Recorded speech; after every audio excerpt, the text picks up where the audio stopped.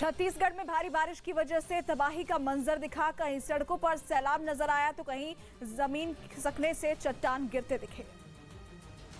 बारिश की वजह से छत्तीसगढ़ के कई इलाके डूब चुके हैं। लोगों के घरों में पानी घुस गया। स्कूल और सरकारी दफ्तर भी डूब गए। नेशनल हाईवे पर सैलाब उमड़ आया। इस बीच कई गांव बाढ़ में टापू बने दिखे। कांकेर में नेशनल हाईवे पर पहाड़ दरकने से हाईवे बंद हो गया। बीजापुर में इंद्रावती नदी में बाढ़ आने के चलते 70 गांव जलमग्न हो गए। स्कूल, हॉस्टल और घरों के भीतर 3 फीट तक पानी जमा हो गया। तो वहीं नेशनल हाईवे पूरी तरह से डूब चुका है। वहीं धमतरी में गंगरेल बांध के गेट खोलने से डैम का पानी शहर में उमड़ आया, जिससे कई इलाके डूब गए। हालात ऐसे बन गए कि लोग सड़कों पर बाथ टब में बैठकर घूमने लगे। धमतरी में लोगों के घरों के भीतर कमर तक पानी भर गया। पटना के फुलवारी शरीफ से गिरफ्तार कर जेल भेजे गए मरगूब उर्फ ताहिर का इंटरनेशनल कनेक्शन सामने आने के बाद बिहार से लेकर दिल्ली तक हलचलें तेज हो चुकी हैं। एनआईए से लेकर खुफिया एजेंसी तक इस केस को लेकर अब एक्शन में है। फुलवारी शरीफ के पीएफआई और एसडीपीआई मामले की जांच के लिए एनआईए, आईबी, रॉ और एटीएस की टीमें कल पटना पहुंची, जहां बिहार पुलिस के आला अफसरों के साथ बैठक की गई। जांच एजेंसियों की ये बैठक करीब 1.5 घंटे तक चली। इसमें मरगूब दानिश उर्फ ताहिर के बारे में रॉ और एनआईए ने कई जानकारी हासिल की है और संभावना यह है कि जल्द ही मरगूब दानिश उर्फ ताहिर से जुड़े केस को रॉ और एनआईए अपने पास ले सकती है। देश विरोधी गतिविधियों में शामिल होने के आरोपी पीएफआई से जुड़े नूरुद्दीन जंगी की गिरफ्तारी के विरोध में बिहार के दरभंगा में बड़ा प्रदर्शन किया गया। कल दरभंगा की सड़कों पर लोग बैनर पोस्टर लेकर निकले। कई लोगों ने हाथ में पीएफआई के झंडे, बैनर, पोस्टर लेकर मार्च निकाला और जमकर नारेबाजी की गई। नूरुद्दीन जंगी की गिरफ्तारी का विरोध कर रहे लोगों के मुताबिक पीएफआई कोई आतंकवादी संगठन नहीं है और नूरुद्दीन जंगी को साजिश के तहत फंसाया गया है।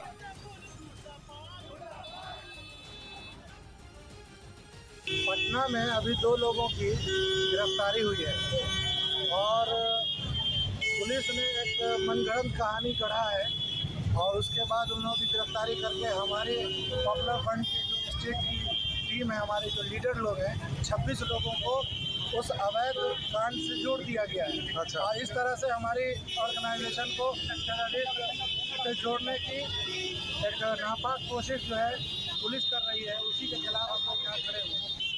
अच्छा, आपको क्या हमारे लोगों को रिहा किया जाए और उन पर जितने भी बेबुनियाद इल्जामात लगाए गए हैं फौरन वापस लिया जाए।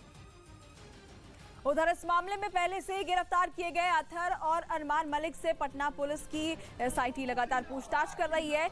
वहीं लखनऊ से गिरफ्तार नूरुद्दीन जंगी की कल पटना के सिविल कोर्ट में पेशी हुई, जिसके बाद उसे 23 जुलाई तक के लिए जुडिशियल कस्टडी में भेज दिया गया। पटना पुलिस के अधिकारियों के मुताबिक नूरुद्दीन जंगी को पुलिस रिमांड पर लेने के लिए पटना पुलिस एक बार फिर न्यायालय में आवेदन देगी। 2 तस्वीरें आपको दिखा रहे हैं। एक तरफ जंगी के लिए प्रदर्शन किया गया तो वहीं कल पटना कोर्ट में नूरुद्दीन जंगी की पेशी हुई है। गुजरात के अहमदाबाद से हैरान कर देने वाला एक वीडियो सामने आया, जिसमें शहर के इलाके में भारी बारिश के बाद देखते देखते सड़क धंस गई। रात की बात ये रही कि इस घटना के वक्त वहां कोई गाड़ी नहीं गुजर रही थी, वरना बड़ा हादसा हो सकता था, क्योंकि सड़क पर बना गड्ढा इतना बड़ा था कि उसमें कोई भी गाड़ी आसानी से समा जाती। इस घटना का जो वीडियो सामने आया उसमें शहर के अमराईवाड़ी इलाके में एक सड़क बीच से दबी दिखाई दी, लेकिन इससे पहले कि कोई कुछ समझ पाता, अगले ही पल सड़क का एक बड़ा हिस्सा अचानक धंस गया। सड़क धंसने की वजह से वहां एक बड़ा गड्ढा बन गया, जो चंद सेकंड के अंदर ही पानी से लबालब भर गया। गनीमत ये रही कि सड़क धंसने की इस घटना के दौरान वहां से कोई गाड़ी नहीं गुजर रही थी, जिससे किसी को कोई नुकसान नहीं पहुंचा। वहीं इस घटना के बाद से इलाके के लोग दहशत में हैं। राजस्थान में कन्हैयालाल की हत्या के बाद अलग अलग जिलों में सोशल मीडिया पर धमकियों का दौर जारी है। भीलवाड़ा से लेकर कोटा और जयपुर तक धमकियां दी गई। आपको बता दें कि भीलवाड़ा में नारायण लाल गुर्जर की फेसबुक पोस्ट पर महफूज मंसूरी नाम के युवक ने आपत्तिजनक कमेंट किया, जिसमें लिखा हुआ था कि एक गर्दन कटने के बाद भी शांत नहीं बैठोगे। इस धमकी के बाद नारायण की तरफ से मुकदमा दर्ज करा दिया गया है। तो वहीं कोटा में एक कपड़े के व्यापारी को अज्ञात लोगों ने कई बार कॉल किया और उदयपुर के कन्हैयालाल की तरह जान से मारने की धमकी दी गई। इधर जयपुर में जब नाबालिग हिंदू लड़की से जबरन शादी करने की धमकी का मामला सामने आया है। शादी नहीं करने पर उदयपुर जैसी गर्दन काटने की धमकी देने का भी आरोप लगा है। इधर हिमाचल प्रदेश के किन्नौर से हैरान कर देने वाला एक वीडियो सामने आया। वहां भारी बारिश के बाद सांगला घाटी में पत्थरों की बाढ़ आ गई। पिछले कई दिनों से राज्य के अलग अलग जिलों में भारी बारिश हो रही है, जिससे लोगों की मुश्किलें बढ़ गई हैं। लेकिन ये पहली बार है जब भारी बारिश के बाद किन्नौर में पत्थरों का सैलाब आ गया। जो वीडियो सामने आया उसमें सांगला घाटी में मौजूद थिमगरंग नाले में पानी के साथ बड़े बड़े पत्थर तेजी से नीचे की तरफ बहते दिखाई दिए और जिस किसी ने भी इस घटना को देखा वो दहशत से भर गया। इस दौरान वहां मौजूद एक आदमी इस अनोखी घटना को अपने मोबाइल फोन में रिकॉर्ड करता रहा। कुछ देर तक वो नाले के पास खड़ा होकर पत्थरों के सैलाब का वीडियो बनाता रहा, लेकिन जैसे ही बड़े बड़े पत्थर पानी में बहते हुए उसके पास पहुंचे वो भाग खड़ा हुआ। हालांकि इस घटना में किसी को कोई नुकसान नहीं हुआ, लेकिन मामले की गंभीरता को देखते हुए प्रशासन ने सांगला घाटी में पर्यटकों के जाने पर रोक लगा दी ताकि बारिश के इस मौसम में किसी को कोई नुकसान न पहुंचे। जम्मू कश्मीर से बड़ी खबर आपको बता दें, जम्मू कश्मीर में पाकिस्तान बॉर्डर पर फिर से ड्रोन देखे गए। सांबा से पठानकोट तक पाकिस्तान की तरफ से ये ड्रोन आते दिखे। सांबा सेक्टर में दूसरा मौका था जब ड्रोन देखा गया। ये ड्रोन 400 मीटर की ऊंचाई पर था और 10 से 15 मिनट तक भारतीय इलाके में घूमने के बाद वापस पाकिस्तान की ओर चला गया। वहीं पठानकोट में ड्रोन दिखने के बाद उस पर फायरिंग की गई, जिसके बाद ड्रोन वापस पाकिस्तान की तरफ लौट गया। देश के कई राज्यों में भारी बारिश की वजह से हालात बिगड़े हुए हैं। राहत की बारिश अब लोगों के लिए परेशानी का सबब बन चुकी है। बरसाती नदी नाले उफान पर हैं और घरों में पानी ने डेरा डाल दिया है। असम के बिश्वनाथ जिले में बाढ़ की वजह से कई इलाकों का संपर्क टूट चुका है, तो वहीं महाराष्ट्र के गढ़चिरौली में एनडीआरएफ की टीम लगातार रेस्क्यू में जुटी हुई है। राजस्थान के बीकानेर में सड़क पर सैलाब आ चुका है। छत्तीसगढ़ के बालोद की बात करें तो यहाँ बारिश मुसीबत बनकर आई है, जबकि आंध्र प्रदेश के कोनसीमा में बारिश का पानी घर में घुस गया। इधर गुजरात के अहमदाबाद में पूरी की पूरी सड़क सैलाब में ही समा गई। महाराष्ट्र के वर्धा रेलवे स्टेशन पर आरपीएफ के जवान ने देवदूत बनकर एक यात्री की जान बचा ली। वो यात्री चलती ट्रेन में चढ़ने की कोशिश कर रहा था। इस दौरान उसका पैर फिसल गया और वो प्लेटफॉर्म और ट्रेन के बीच फंस गया। इस बीच ट्रेन चलने लगी, लेकिन वो यात्री ट्रेन और प्लेटफॉर्म के बीच ही फंसा रहा। लेकिन जैसे ही वहां मौजूद आरपीएफ जवान की नजर उस यात्री पर पड़ी, आरपीएफ के जवान ने दौड़ लगा दी और उसे पटरी पर गिरने से पहले ही खींच लिया। इस बीच कुछ और लोगों ने मदद की, जिससे उसकी जान बच गई। उसकी जान बचाने के लिए हर तरफ आरपीएफ जवान की तारीफ हो रही है। ये पूरी घटना सीसीटीवी में कैद हो गई। ताइवान चीन के मुकाबले बहुत छोटा है, इतना छोटा कि चीन से उसकी तुलना करना ही बेमानी है। लेकिन चीन धरती के इस छोटे से टुकड़े की शांति में भी आग लगाने की कोशिश कर रहा है। शी जिनपिंग इस कोशिश में है कि ताइवान पर जल्दी से जल्दी चीन का कब्जा हो जाए।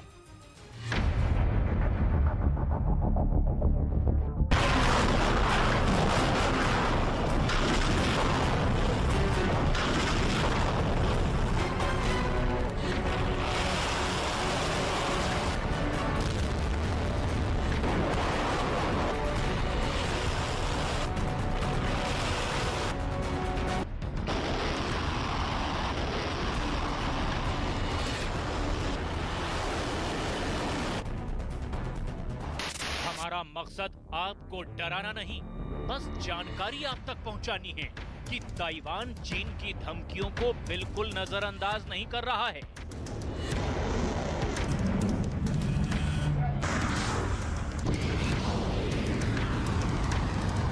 ताइवान ने अपनी पूरी क्षमता के मुताबिक खुद का सुरक्षा कवच तैयार कर लिया है। शी जिनपिंग की विस्तारवादी नीतियां ताइवान पर मिसाइलें बनकर न गिर जाएं, इसके लिए ताइवान ने तैयार किया है एक शानदार वेपन। ऐसा वेपन जो चीन के हमलावर जहाजों के खिलाफ काल है।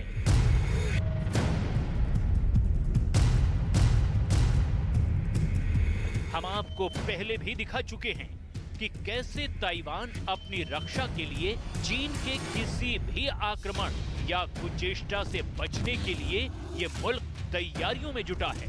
ताइवान फोर्स का ये ऑपरेशन देखिए।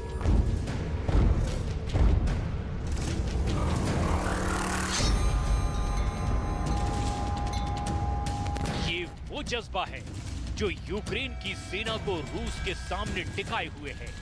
चीन के राष्ट्रपति अगर पुतिन की राह पर ताइवान पर अटैक की प्लानिंग कर चुके हैं, तो चीन को आज ताइवान के इस सबमरीन के बारे में जरूर जान लेना चाहिए। और इतना ही नहीं, अमेरिका जिस तरह से ताइवान के साथ सीमेंट वाला जोड़ दिखा रहा है, उसे चीनी हुक्मरान अगर ख्याल में रखें तो सबका भला कैसे है, ये आपको आगे दिखाएंगे। फिलहाल उस सबमरीन के बारे में जान लीजिए।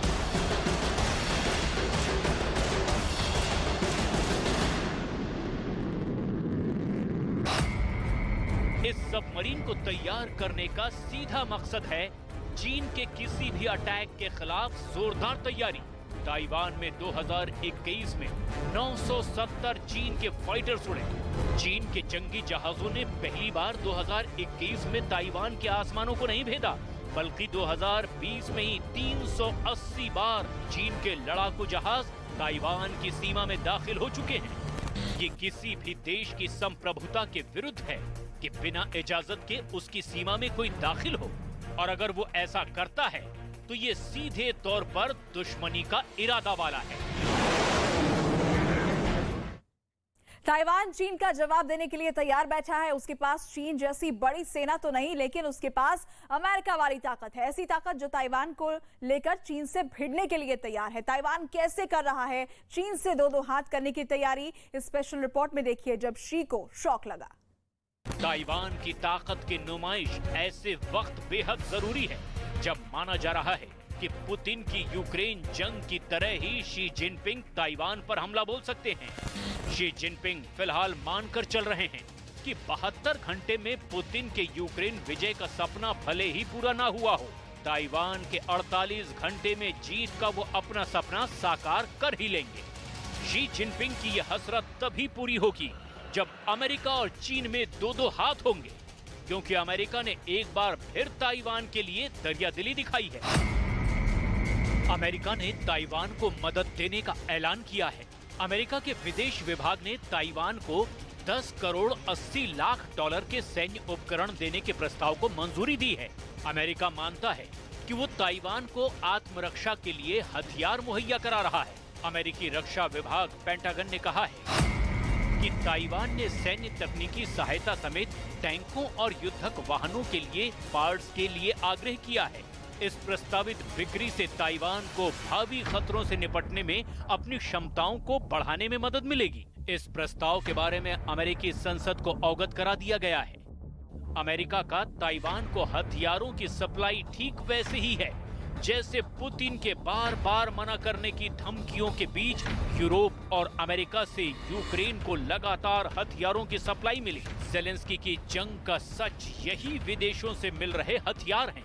अमेरिकी और यूरोपीय देशों के टैंक, गोले, मिसाइलें और जेवलिन हाइमार्स के बलबूते ही ज़ेलेंस्की पुतिन के सामने डटे हैं। जाहिर है ऐसे में चीन आग बबूला होगा ही। कुछ ही दिन पहले इंडोनेशिया में चीन और अमेरिका के विदेश मंत्रियों की बैठक हुई थी। दोनों के बीच हुई बैठक के बाद चीन की तरफ से अमेरिका को ताइवान से दूर रहने और उसका साथ न देने की चेतावनी तक दी गई थी। वहीं बैठक में दोनों देशों के राष्ट्राध्यक्षों के बीच बातचीत का खाका भी तैयार किया गया था। ये बिल्कुल मानी हुई बात है कि जो बाइडेन ही नहीं, अमेरिका का राष्ट्रपति कोई भी हो, ताइवान की सुरक्षा उसके एजेंडे में टॉप पर है। ताइवान के खिलाफ चीन का कोई भी कदम अमेरिका के खिलाफ माना जाता है। ताइवान की मदद करके अमेरिका ने एक बार फिर फ्रेंडशिप ट्रस्ट बढ़ा दिया है। ताइवान से अमेरिका के लगाव की कहानी हैरत वाली नहीं, हितों वाली है। जब चीन महाशक्ति की तरह खुद को ट्रीट करता है, उस वक्त जरूरत होती है कि उसकी दुखती नब्ज को बार बार दबाया जाए। अमेरिका ताइवान को मदद कर यही कर रहा है। चीन का सरकारी शास्त्र कहता है कि ताइवान उसका है। कानून के मुताबिक ये मेनलैंड चाइना का हिस्सा होना चाहिए, लेकिन दूसरी ओर ताइवान है जहां के बाशिंदे इस मुल्क को चीन का हिस्सा नहीं मानते। वो ताइवान को पूरी तरह आजाद देश मानते हैं और चीन के किसी भी आक्रमण का मुंहतोड़ जवाब देने के लिए तैयार हैं। ये वीडियो देखिए, ये ताइवान का सैनिक है, यूक्रेन से वतन वापस लौटा है। They were furious, absolutely furious, but berating me now won't do anything. I'm back now. If you ask anyone, nobody will think this is their problem or anything to do with them. It's more than 10,000 kilometers away. People think, what's that got to do with our country? I don't want to give a big explanation or persuade anyone of anything, because no matter how much I say, they're not going with me. It's me who's going by myself. सैनिकों के जज्बे की वजह से रूस का सामना Ukraine जैसा छोटा देश डटकर कर रहा है। अब ताइवान के सैनिकों का जज्बा देखकर शी जिनपिंग के होश उड़े हुए हैं। महसूस कीजिए इस सैनिक के जज्बे को, इसके हौसले को। ये वॉलंटियर है जो जानबूझकर रूस के खिलाफ यूक्रेन के हमले का जवाब देने यूक्रेन गया। इस सैनिक को पता है कि रूस की शक्तिशाली सेना के सामने यूक्रेन की सेना मुट्ठी भर से भी कुछ ही ज्यादा है, लेकिन जंग हथियारों से ज्यादा हौसलों से लड़ी जाती है और ताइवान के इस जवान को ये बात बखूबी पता है। I want to help people because our situation is extremely similar. If we want people to come here and help us, what should we do? Lots of people asked me if I'd gone crazy. It's not my war. What are you going for? Then I say to them, please remember what you just said. When Taiwan is in trouble and kids from other countries want to come here to fight, their parents or their wives or girlfriends will be saying the same thing. What will we do when Taiwan is in trouble? So if we're hoping people will come and help Taiwan, what can we do to help them now? That's real help, not people just cheering them on from afar. जरा सोचिए, इस जज्बे के साथ कोई सैनिक लड़े और अमेरिका जैसी ताकत उसे सैनिक मदद दे तो चीन को तो सोचना ही पड़ेगा। अमेरिका ताइवान को जितनी चाहिए उतनी मदद कर रहा है। चीन के साथ वार्ता की मेज पर चाहे अमेरिका ताइवान को लेकर जो भी वायदे करे। ग्राउंड जीरो की रिपोर्ट कहती है कि अमेरिका ताइवान के साथ खड़ा है और इसीलिए अब ताइवान को गाड़ियां, छोटे हथियार, कॉम्बैट वेपन सिस्टम और लॉजिस्टिक सपोर्ट भेज रहा है। अगर चीन ताइवान पर हमला करने तुला है तो अमेरिका उसके सामने चट्टान की तरह खड़ा है और ये हो सकता है कि अमेरिका का ताइवान को सुरक्षा कवच ही ताइवान पर चीन के हमले को रोके हुए है। वरना शी जिनपिंग जैसे नेता के लिए ताइवान पर हमले का आदेश देना कोई बहुत बड़ी बात नहीं होती। चीन खुलकर अमेरिका को ताइवान को लेकर चेतावनी देता रहा है, लेकिन अमेरिका की सेहत पर इसका कोई असर नहीं होता। जाहिर है एक दिन इस टकराव से जंग पैदा होने की पूरी सूरत है। तारीख भले ही तय ना हो, वक्त का फैसला भले ही ना हुआ हो, लेकिन बहुत से जानकार मानते हैं कि ताइवान को लेकर अमेरिका और चीन के बीच जंग छिड़नी बड़ी बात नहीं होगी। ताइवान के मुद्दे पर कई बार अमेरिका और चीन आमने सामने आ चुके हैं।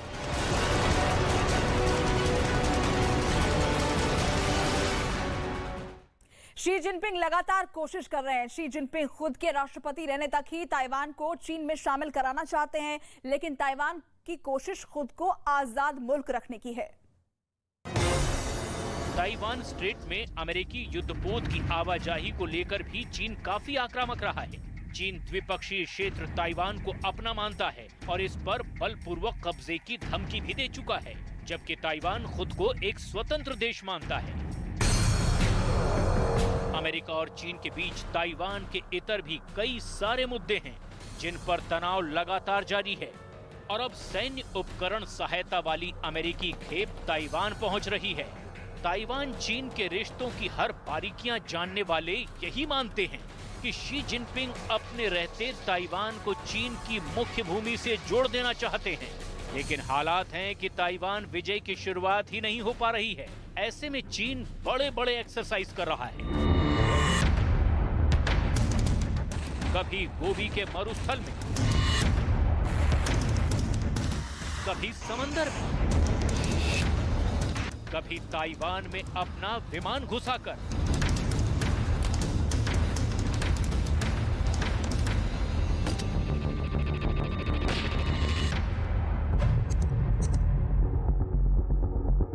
शी जिनपिंग आक्रामक तेवर वाले नेता माने जाते हैं, लिहाजा हर मामले में आक्रामक रुख अख्तियार करते रहते हैं, चाहे वो ताइवान के खिलाफ हो या फिर अपने देश के भीतर।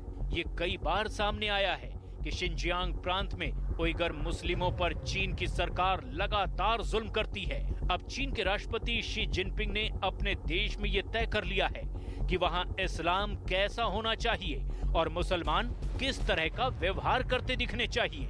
शी जिनपिंग बीते दिनों शिनजियांग के दौरे पर थे। रिपोर्ट्स के मुताबिक शी जिनपिंग ने शिनजियांग में चीन की कम्युनिस्ट पार्टी के कर्ता धर्ताओं के साथ बैठक में इस्लाम और मुसलमानों के लिए नियम कायदे तय कर दिए।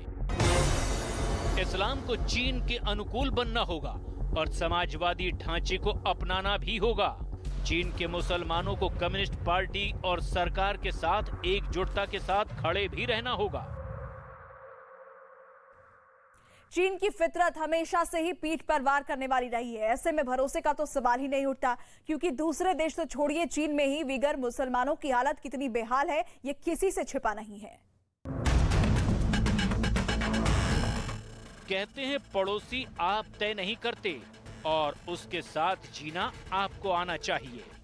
लेकिन जब पड़ोसी चीन हो जो अपने देश में ही अल्पसंख्यकों के अधिकारों की धज्जियां उड़ाता है, एक धर्म विशेष को टारगेट करता है और उधर दूसरी तरफ दिखावे के लिए इस्लामिक स्टेट ऑफ पाकिस्तान को सपोर्ट भी करता हो, ऐसे में उसके दोहरे रवैये से सावधान रहना चाहिए। वैसे भी चीन पीठ पर वार करने वाला ही पड़ोसी रहा है। भरोसे के काबिल होता तो बात ही क्या थी। आज भारत चीन की ताकत मिला दी जाए तो पूरी दुनिया इन देशों की मुट्ठी में होगी। लेकिन हाँ, तब भी चाइनीज गारंटी से सावधान रहना ही होगा, क्योंकि ड्रैगन कभी भी पलटी मारने वाला है। अब जरा चीन के वीगर मुसलमानों के हालात पर आते हैं, जिनको लेकर कई रिपोर्ट सामने आ चुकी है। शिनजियांग प्रांत चीन के उत्तर पश्चिम में है। शिनजियांग में वीगर मुसलमान रहते हैं। वीगर चीन की भाषा नहीं, अपनी भाषा बोलते हैं, जो कि तुर्की भाषा से मिलती जुलती है। चीन इन वीगर मुसलमानों को बिना मन के ढो रहा है।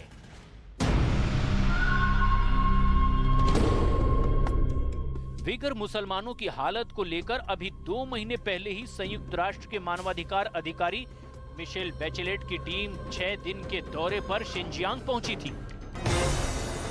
चीन के शिनजियांग क्षेत्र में विकार और अन्य मुस्लिम बहुल समूहों के लिए लागू किए गए आतंकवाद और कट्टरपंथ विरोधी कदमों के प्रभाव के बारे में चीनी अधिकारियों को चिंता होनी चाहिए। चीन में वीगर मुसलमानों की बड़ी दुख और दर्द भरी दास्तां है। चीन पर हमेशा से वीगर मुसलमानों को यातना देने के आरोप लगते रहे हैं और एक बार फिर शी जिनपिंग बता रहे हैं कि चीन में रहना होगा तो ड्रैगन ड्रैगन कहना होगा। विशेषज्ञों के मुताबिक शिनजियांग में नजरबंदी शिविरों में 10 लाख से ज्यादा वीगर और अन्य जातीय अल्पसंख्यकों को रखा गया है। चीन शिनजियांग में मानवाधिकारों के उल्लंघन और नरसंहार की सभी रिपोर्टों का खंडन करता है। चीन मानवाधिकारों की आड़ में शिनजियांग के बारे में सनसनीखेज झूठ गढ़ने का आरोप लगाता है।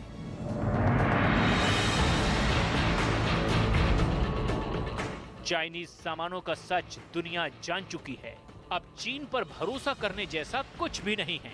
हाँ, एक बात जो बिल्कुल क्लियर है कि हिंदुस्तान को चीन जैसे पड़ोसी देश से रिश्ते बहुत अच्छे रखने चाहिए, लेकिन जरा संभल कर। ना खुल गया सी इलेक्शਨਾਂ ਦੇ ਵਿੱਚ ਗੁਰਦੁਆਰੇ ਝੜ ਕੇ ਸੌਂ ਖਾ ਲਿਓ ਵੀ ਨੁਕਸਾਨ नहीं करूंगे। लेकिन दावा किया गया कि उसने सिद्धू मूसेवाला के ऑफर को ठुकरा दिया और लॉरेंस के साथ मिलकर उनकी हत्या करवा दी। और 29 मई को की गई इस हत्या की पूरी साजिश उसने कनाडा में बैठकर रची थी। हत्याकांड को अंजाम दिए जाने के बाद गोल्डी बराड़ कनाडा में। बड़ी खबर आपको बता दें, देश के राष्ट्रपति चुनाव के लिए आज वोटिंग होगी। सत्ता पक्ष से द्रौपदी मुर्मू जबकि विपक्ष की तरफ से यशवंत सिन्हा चुनाव मैदान में हैं। आपको बता दें कि सुबह 10 बजे से शाम 5 बजे तक मतदान होगा। सभी राज्यों के विधायक अपने अपने राज्य में वोट डालेंगे और वहीं संसद के दोनों सदनों के सदस्य संसद में वोटिंग करेंगे। हालांकि पूर्व अनुमति से कोई सांसद अपने गृह राज्य में भी वोट डाल सकता है। सांसदों और राज्यों के विधायकों के वोटों का मूल्य लगभग बराबर है। राष्ट्रपति चुनाव के लिए वोटों की गिनती 21 जुलाई को होगी। तो आज सुबह 10 बजे से वोटिंग की शुरुआत हो जाएगी, जो शाम 5 बजे तक चलेगी। राष्ट्रपति चुनाव में देश के सभी विधायकों और सांसदों को वोट देने का अधिकार होता है, लेकिन सबके वोट की अलग कीमत होती है। बेहद जरूरी होती है जनसंख्या। जिस राज्य की जनसंख्या सबसे ज्यादा उसके विधायकों और सांसदों के वोट की कीमत सबसे ज्यादा, और जिस राज्य की जनसंख्या सबसे कम उसके विधायकों और सांसदों के वोट की कीमत भी कम। आपको बता दें कि इस आधार पर यूपी के विधायकों और सांसदों के वोट की कीमत सबसे ज्यादा है। सीधा फॉर्मूला यह है कि विधायकों की गिनती को 1000 से गुना किया जाएगा, फिर उस राज्य की जनसंख्या से भाग कर दिया जाएगा। मतलब अगर उत्तर प्रदेश की जनसंख्या 8 करोड़ 38 लाख है 1971 की जनगणना के हिसाब से, तो उसी आंकड़े के आधार पर पूरी गिनती होगी। उत्तर प्रदेश में कुल विधायक हैं 403 और अब इसी 403 को 1000 से गुना किया जाएगा और जनसंख्या से यानी 8 करोड़ 38 लाख से भाग कर दिया जाएगा। आंकड़ा आएगा 208 और यही है हर विधायक के वोट की वैल्यू। इसी तरह सभी राज्यों और केंद्र शासित प्रदेशों के विधायकों के वोटों की वैल्यू जोड़ेंगे तो आंकड़ा 5,43,231 बनेगा। ये केवल विधायकों के वोट हैं, लेकिन राष्ट्रपति केवल विधायक नहीं, विधायक और सांसद दोनों मिलकर तय करते हैं। सांसद किसी भी राज्य के हों, चाहे लोकसभा के हों या फिर राज्यसभा के हों, उनकी वोटों की कीमत बराबर है। राज्यसभा और लोकसभा के कुल सांसद हुए 776 और इस आंकड़े को भाग किया जाएगा देश के सभी विधायकों के वोटों की वैल्यू से, जो 5,43,200 है। भाग करेंगे तो नतीजा 700 आएगा और यही 700 देश के हर सांसद के वोट की वैल्यू होगी। यानी सभी सांसदों के वोटों की कुल वैल्यू निकालनी हो तो 776 को गुणा करेंगे 700 से और आंकड़ा 5,43,200 हो जाएगा। ये हुई राज्यसभा और लोकसभा के सभी सांसदों के वोटों की कुल वैल्यू। अब राष्ट्रपति का फैसला करने के लिए विधायकों के वोट हुए 5,43,231 और सांसदों के वोट हुए 5,43,200। कुल वोट हो गए 10,86,431 और इसी तरह राष्ट्रपति के उम्मीदवार को जीतने के लिए 5,43,216 वोटों की जरूरत होगी। बड़ी खबर आपको बता दें, जगदीप धनखड़ आज उपराष्ट्रपति पद के लिए अपना नामांकन दाखिल करेंगे। जगदीप धनखड़ को एनडीए की तरफ से प्रत्याशी बनाया गया है। धनखड़ दोपहर 12 बजे अपना नामांकन दाखिल करेंगे। बड़ी खबर आपको बता रहे हैं, जगदीप धनखड़ अपना नॉमिनेशन आज फाइल करेंगे उपराष्ट्रपति पद के लिए। एनडीए की तरफ से उन्हें उम्मीदवार बनाया गया है और दोपहर 12 बजे वो अपना नामांकन आज दाखिल करने वाले हैं। वहीं उपराष्ट्रपति चुनाव के लिए विपक्ष की ओर से उम्मीदवार का ऐलान कर दिया गया है। विपक्षी दलों ने मार्गरेट अलवा को उपराष्ट्रपति पद का प्रत्याशी चुना है। एनसीपी अध्यक्ष शरद पवार ने मार्गरेट अलवा के नाम का ऐलान किया। मार्गरेट अलवा राजस्थान, गोवा, उत्तराखंड और गुजरात की राज्यपाल रह चुकी हैं। वो कर्नाटक की रहने वाली हैं। विपक्ष का दावा है कि मार्गरेट को 19 दलों ने समर्थन का दावा किया है।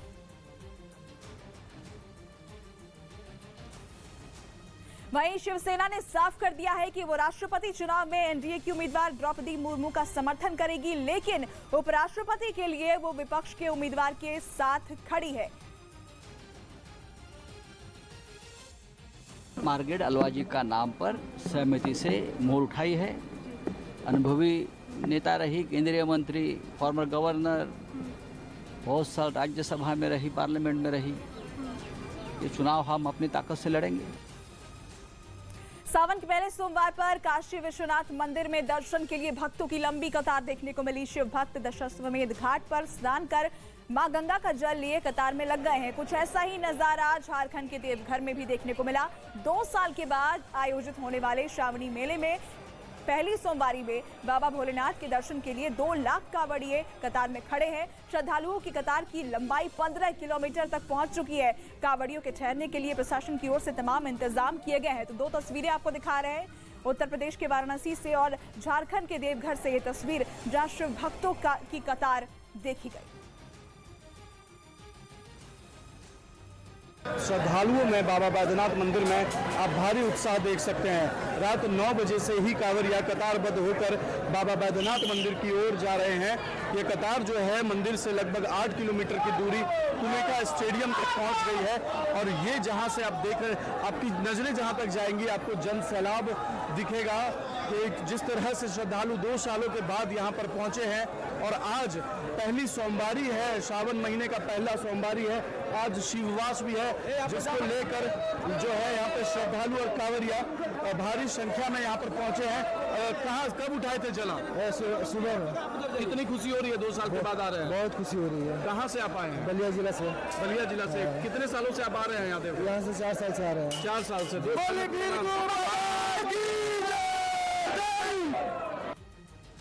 बड़ी खबर आपको बता दें, पटना टेरर मामले में नामजद आरोपी सनाउल्लाह और आकिब का एक पुराना वीडियो सामने आया है। इस वीडियो में सनाउल्लाह पीएफआई का झंडा लहराता दिखा।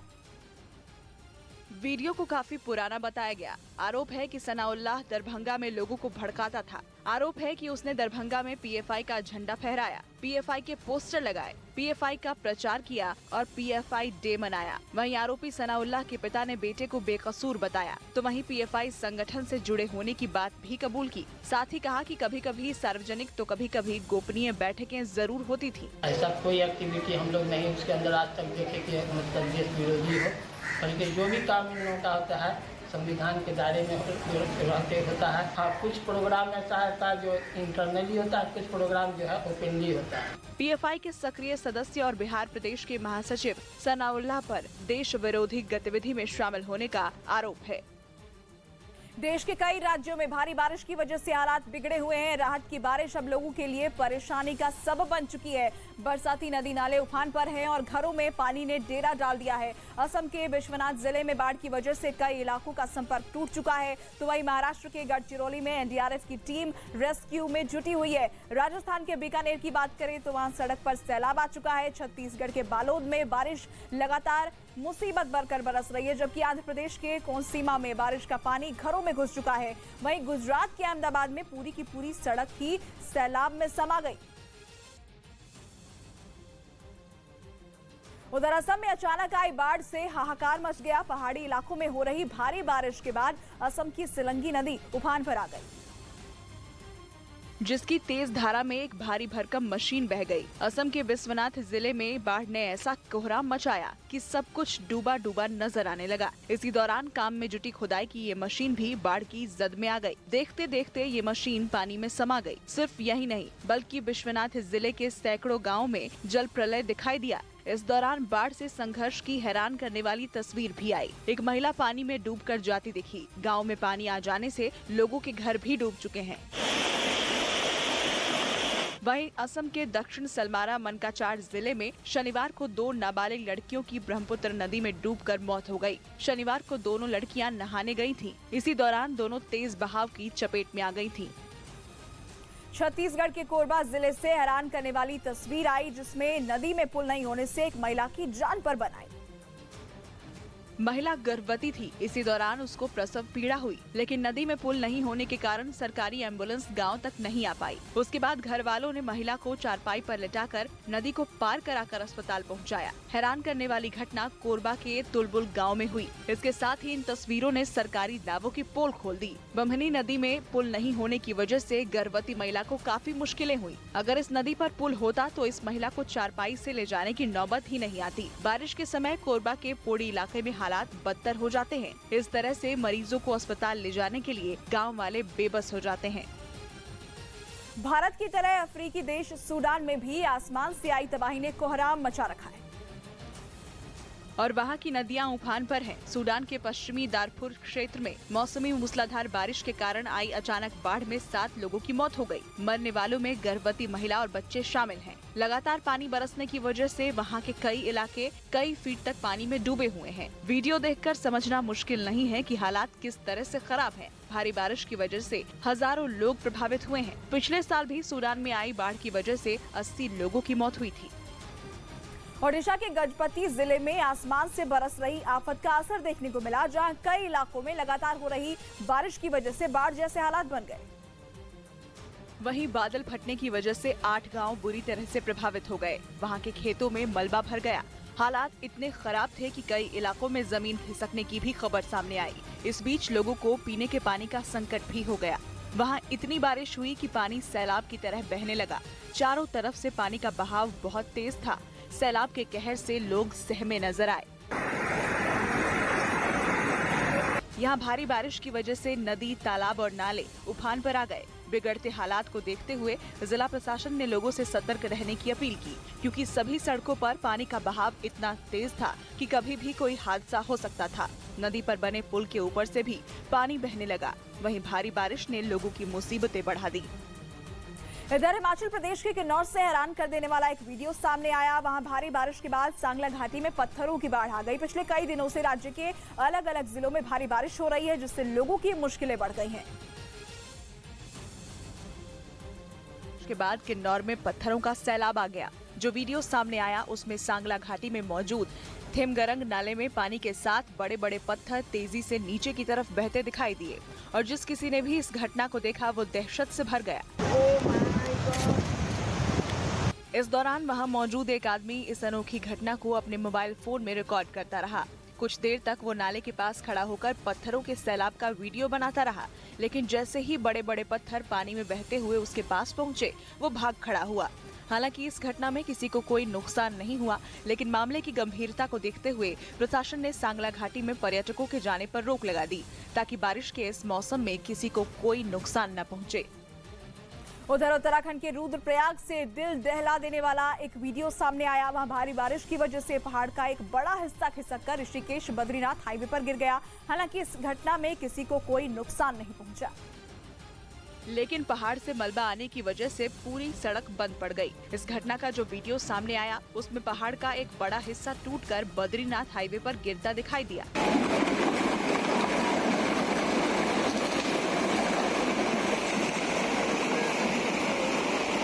पहाड़ से मिट्टी के साथ बड़े बड़े पत्थर भी सड़क पर गिरते नजर आए। उनके साथ कई पेड़ भी अपनी जगह से उखड़कर सड़क पर आ गिरे। इस दौरान वहां कई लोग खड़े दिखाई दिए जो पहाड़ खिसकने की इस घटना को अपने मोबाइल फोन में रिकॉर्ड कर रहे थे। जहाँ हमारी लैंडस्लाइड हो रही है या फिर सड़क में पत्थर गिर रहे हैं, सड़कें बंद हो रही है, वहाँ पर त्वरित गति से हमारे सभी डिपार्टमेंट सड़क खोलने की कार्रवाई कर रहे हैं। एक रोज पहले ही इसी हाईवे पर किसी दूसरी जगह पहाड़ का एक हिस्सा भरभरा कर गिर गया था। इस घटना के दौरान वहां एक खुदाई करने वाली मशीन भी खड़ी दिखाई दी थी, जो पहाड़ से गिरने वाले मलबे के बेहद करीब खड़ी थी। डर ये था कि कहीं खुदाई करने वाली मशीन मलबे की चपेट में न आ जाए। हालांकि वक्त रहते वहां खड़े लोगों ने उस मशीन को पीछे कर लिया, जिससे बड़ा हादसा टल गया था।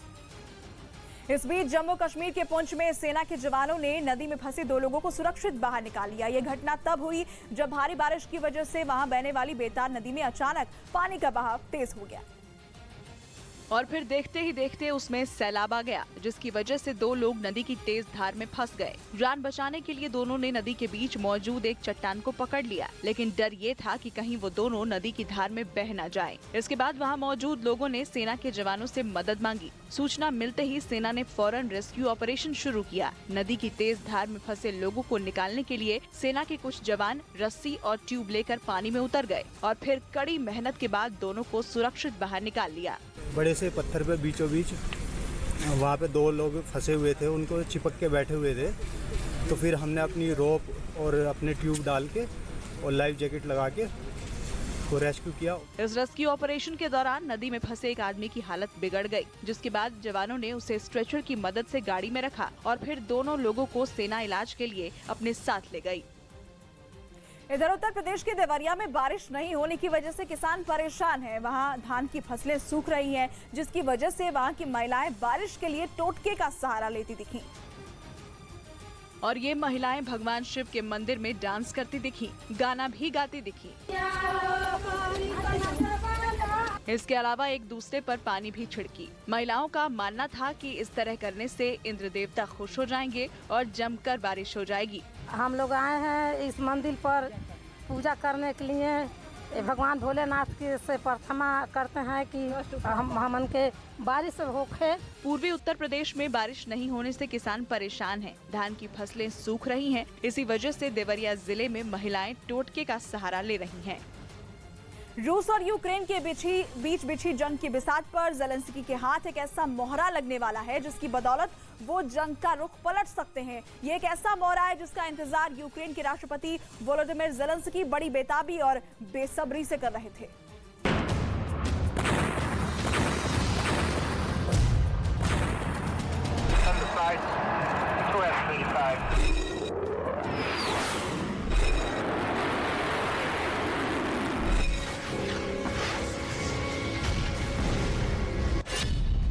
यूक्रेन जंग का टर्निंग पॉइंट।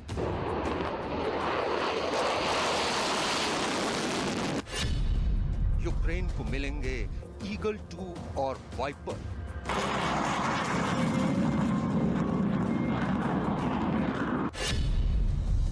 अमेरिकी जंगी जहाज F-15EX और F-16।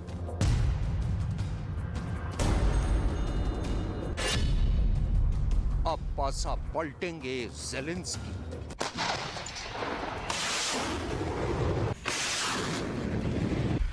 रूस और यूक्रेन के बीच 142 दिन से जारी जंग के बीच एक ऐसी खबर आई है जिसका इंतजार यूक्रेन के राष्ट्रपति व्लादिमीर ज़ेलेंस्की बड़ी बेताबी और बेसब्री से कर रहे थे। दरअसल रूस के हमले के पहले दिन से राष्ट्रपति ज़ेलेंस्की अमेरिका से उसके फाइटर जेट मांग रहे थे। अब लगता है कि उनकी मनचाही मुराद पूरी होने वाली है। यूरेशियन टाइम्स की खबर के मुताबिक अमेरिकी संसद के निचले सदन हाउस ऑफ रिप्रेजेंटेटिव्स ने 14 जुलाई को नेशनल डिफेंस ऑथराइजेशन एक्ट के तहत यूक्रेन की मदद के लिए $100 मिलियन के एक बिल को मंजूरी दे दी है। इसका सीधा सा मतलब ये निकलता है कि अब यूक्रेन अमेरिकी फाइटर जेट्स F-16 और F-15EX को हासिल करने के एक कदम और करीब आ गया है। We see the repeating of conspiracy theories. दरअसल कांग्रेसमैन एडम किन्जिंगर ने यूक्रेन के पायलटों को अमेरिकी जंगी जहाज उड़ाने वाले एक बिल हाउस ऑफ रिप्रेजेंटेटिव में पेश किया था और हाउस ने उसे पास कर दिया है। इस बात की जानकारी खुद एडम किन्जिंगर ने एक ट्वीट के जरिए दी। पायलट किसी से कम नहीं है और मुझे गर्व है कि पिछली रात सदन ने मेरा बाईपार्टीसन यूक्रेनी लड़ाकू पायलट अधिनियम पारित कर दिया, जो अमेरिका में यूक्रेनी लड़ाकू पायलटों के प्रशिक्षण को अधिकृत करता है। मैं सेनेट से इस अहम कानून को राष्ट्रपति के डेस्क पर ले जाने का आग्रह करता हूँ।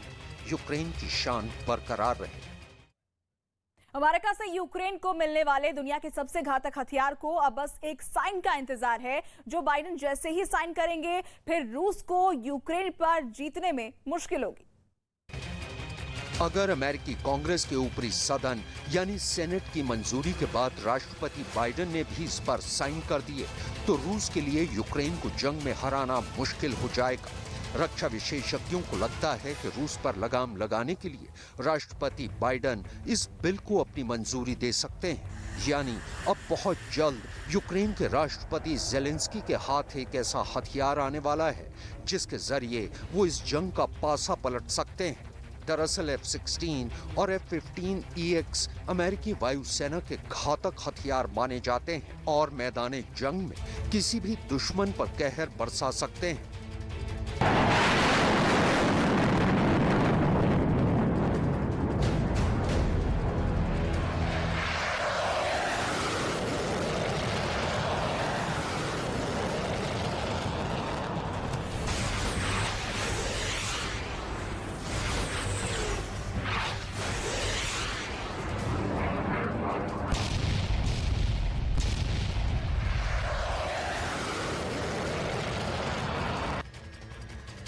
F-15EX ईगल 2 को मल्टी रोल फाइटर एयरक्राफ्ट माना जाता है और ये लड़ाकू विमान अमेरिकी हवाई ताकत की पहचान बन चुका है।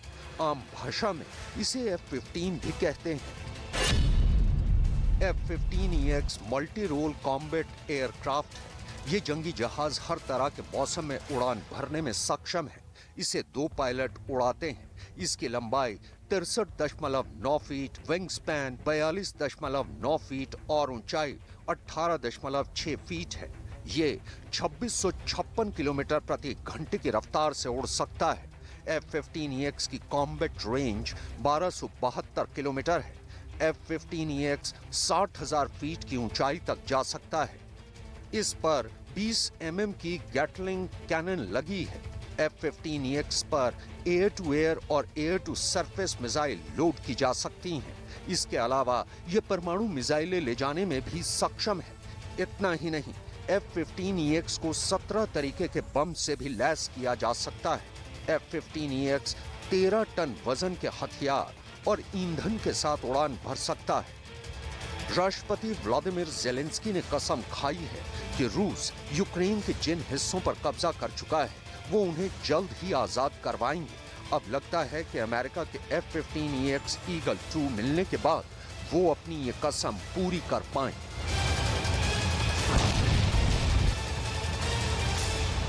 Україна вистояла під жорстокими ударами Росії.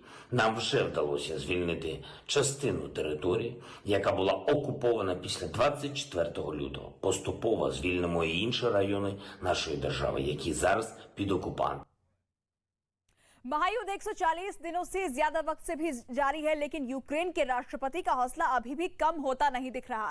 ज़ेलेंस्की को लगता है कि महायुद्ध में जीत उसी की होगी। ज़ेलेंस्की को तो यहां तक लगता है कि पुतिन की कोई भी चाल कामयाब नहीं होगी। कांग्रेसमैन एडम किन्जिंगर के मुताबिक बाईपार्टीसन यूक्रेनी लड़ाकू पायलट अधिनियम को राष्ट्रपति बाइडेन की मंजूरी मिलने के बाद यूक्रेन के पायलटों को F-15EX ही नहीं बल्कि अमेरिकी वायुसेना के सबसे घातक जंगी जहाज F-16 को उड़ाने की ट्रेनिंग भी दी जाएगी। अमेरिका के F-16 को दुनिया का सबसे सफल फाइटर जेट माना जाता है। F-16 fourth generation multi role fighter jet है। F-16 को फाइटिंग फैल्कन और वाइपर के नामों से भी जाना जाता है।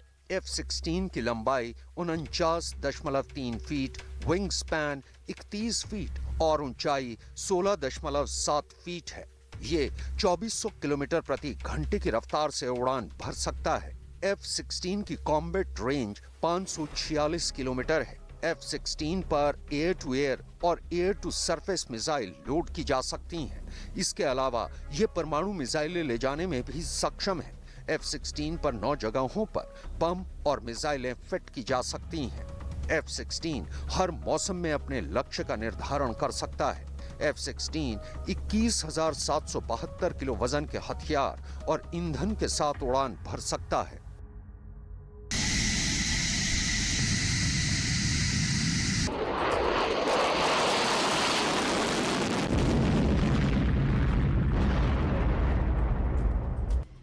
जाहिर सी बात है, अगर यूक्रेन को अमेरिका के ये दोनों घातक हथियार मिल गए तो यूक्रेन जंग का रुख पलट सकता है, क्योंकि दोनों F-15EX और F-16 जंगी जहाज स्टेल्थ तकनीक से लैस हैं, तो रूसी सेना के रडार भी इन्हें पकड़ नहीं पाएंगे।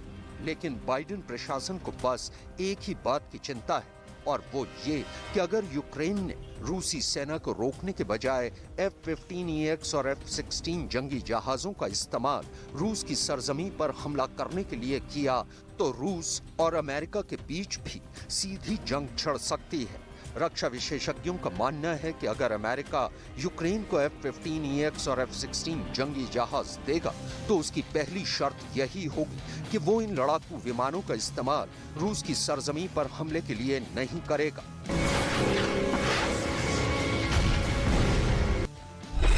उधर राष्ट्रपति ज़ेलेंस्की का मानना है कि रूस यूक्रेन को किसी भी साजिश के दम पर नहीं हरा पाएगा और इस जंग में जीत उनकी ही होगी। Інформаційна зброя може зробити більше, ніж зброя звичайна. Очевидно, що будь-якими ракетами і артилерією Росії не вдасться зламати нашу єдність і збити нас зі своєї дороги. І так само очевидно має бути і те, що українську єдність не зламати і брехнею, чи залякуванням, фейками, чи теоріями змови. Ми вистоїмо, ми переможемо. Відвоюємо своє, відбудуємо своє життя.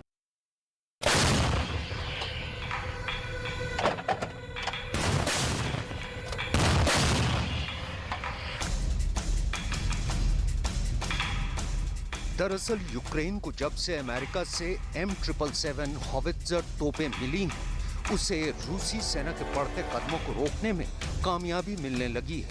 ये तस्वीरें उसी कामयाबी की तस्दीक कर रही हैं। Ще з 2014 року, як нога росіянина переступила кордон з Україною, вони перестали бути дружнім народом.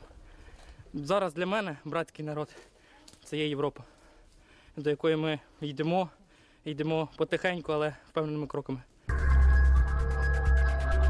लेकिन इसके ठीक उलट रूसी सेना का दावा है कि वो यूक्रेन को अमेरिका से मिले हथियारों को निशाना बनाकर उन्हें तबाह कर रहा है। खासकर अमेरिकी हाइमार्स मल्टीपल रॉकेट सिस्टम उसके निशाने पर है और अपने दावे को साबित करने की गरज से रूसी सेना ने बाकायदा इसका एक वीडियो भी जारी किया। Ракетами большой дальности воздушного базирования в одном из корпусов промышленного предприятия города Одесса уничтожен склад хранения противокорабельных ракет «Гарпун», переданных Украине странами НАТО. В районе населенного пункта Красноармейск Донецкой Народной Республики высокоточным оружием наземного базирования уничтожены пусковая установка и транспортно-заряжающая машина, реактивная система залпового огня «Хаймарс» производства США. यूक्रेन जंग में रूसी सेना यूक्रेन के अलग अलग शहरों को निशाना बनाकर उन पर भीषण बमबारी और मिसाइल हमले कर रही है। रूसी सेना को रोकने के लिए यूक्रेन के राष्ट्रपति व्लादिमीर ज़ेलेंस्की अमेरिका समेत यूरोपीय देशों से लगातार हथियार मांग रहे हैं।